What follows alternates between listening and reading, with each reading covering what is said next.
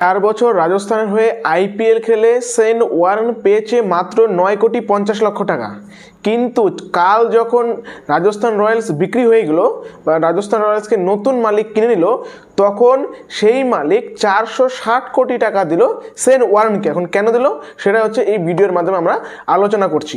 Shane Warne 2018-তে Rajasthan রয়্যালসের হয়ে Shane Warne 2008-এ Rajasthan রয়্যালসের হয়ে কিন্তু তিনি হচ্ছে আইপিএল ডেবিউ করেন এবং 2008-এ রাজস্থান রয়্যালসকে একমাত্র যে ট্রফি সেটা কিন্তু শেন ওয়ার্নই জিতিয়েছে। এবং 2008, 9, 10, 11 এই 4 বছর কিন্তু শেন ওয়ার্ন রাজস্থানের হয়ে আইপিএল খেলেছে এবং শেন ওয়ার্ন রাজস্থানের হয়ে আইপিএল খেলে শুধুমাত্র 9,50,00,000 টাকা কামিয়েছে।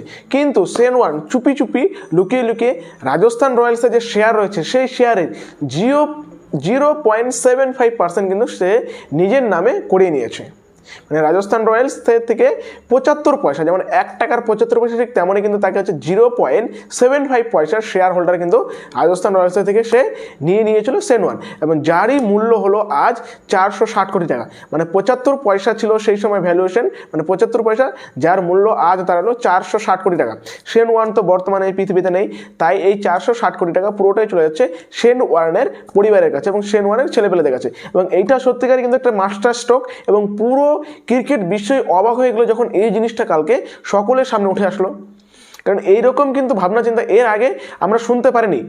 ঠিক এইরকমই কিন্তু কিছু একটা গুঞ্জন আমরা শুনতে পারছিলাম আজ থেকে 1-2 মাস আগে, যেখানে রাজস্থান রয়্যালস প্ল্যান করছিল যে গৌতম গম্ভীর যখন টেনিওর ইন্ডিয়ান টিমের থেকে শেষ হয়ে যাবে তখন গৌতম গম্ভীরকে তাদের টিমের সিইও বানানো হবে এবং তার সাথে কিন্তু এরকমই কিছু শেয়ার তাদের সাথে শেয়ার করা হবে বা গৌতম গম্ভীরকে কিছু শেয়ার হোল্ডার দেওয়া হবে। এবং সেটা যদি বাস্তবায়ন হতো তাহলে তো গৌতম গম্ভীরও ভবিষ্যতে এরকমই 500-700 কোটি টাকা কিন্তু কামিয়ে নিতে পারতো রাজস্থান রয়্যালসের থেকে, এবং যদি সে সেই প্রস্তাবে রাজি হতো। কিন্তু সেটা হচ্ছে পরের কথা।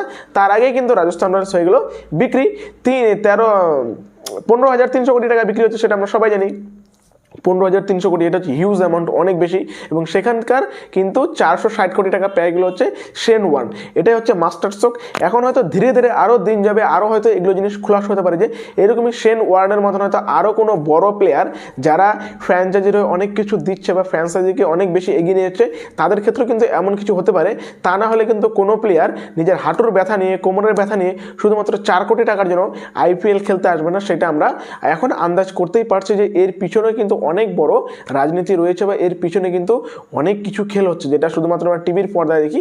টিভির পর্দার বাইরেও কিন্তু অনেক কিছু হতে পারে। কারণ এইটা শেন ওয়ার্নের মতো যদি একজন বিদেশের ক্ষেত্রে এরকম হয়, তাহলে আমাদের দেশীয় যেসব ক্রিকেটার রয়েছে যাদের জন্য কিন্তু আইপিএল এত ফেমাস হয়েছে, তাদের ক্ষেত্রে কীরকম হতে পারে সেটা কিন্তু আমরা এখান থেকেই আন্দাজ করতে পারি। ভিডিও যদি ভালো লাগে অবশ্যই লাইক কমেন্ট করবেন।